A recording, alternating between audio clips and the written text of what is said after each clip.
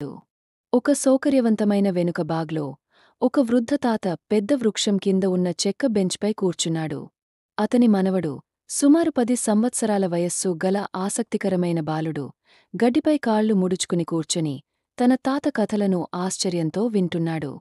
బాలుడు అడిగాడు, తాతయ్య, ఎందుకు ప్రజలు ఎప్పుడూ సలహా ఇస్తారు, వారు ఎక్కువగా తెలియకపోయినా?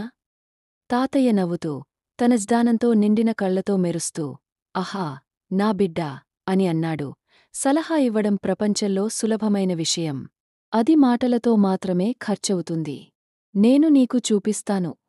తాతయ్య తన పక్కనుండి ఒక చిన్న, పాత చెక్క పెట్టెను తీసుకున్నాడు. అతను దాన్ని తెరిచి, చిన్న, చెక్కతో చెక్కిన బొమ్మల సమాహారాన్ని చూపించాడు. అతను ఒక రైతు ఆకారంలో ఉన్న బొమ్మను తీసుకుని బెంచ్పై ఉంచాడు. ఒకప్పుడు అని అతను ప్రారంభించాడు. ఒక రైతు ఉన్నాడు. అతను తన చుట్టూ ఉన్న ప్రతి ఒక్కరి నుండి సలహా కోరాడు. తాతయ్య రైతు ఒక సమస్యను ఎదుర్కొన్నట్లు వివరించాడు.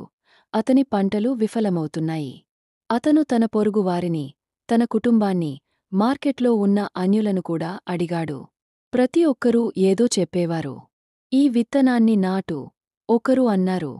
ఆ ఎరువును ఉపయోగించు, మరొకరు అన్నారు. రైతు ప్రతి సలహాను ప్రయత్నించాడు. కాని అతని పొలాలు ఎండిపోయేలా ఉన్నాయి. తాతయ్య కొనసాగించాడు.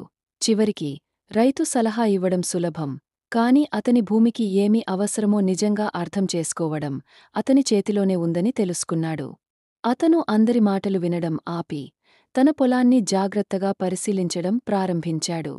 సహనంతో అతను తన పంటలను పునరుద్ధరించాడు. బాలుడు వెనక్కి కూర్చొని ఆలోచనలో మునిగిపోయాడు. అంటే, తాతయ్య, నేను వినాలి కాని నా నిర్ణయం నేను తీసుకోవాలి?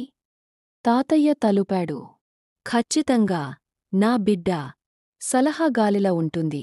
అది ఎక్కడికైనా వీచుతుంది. కాని నీ నౌకను నీవే నడపాలి.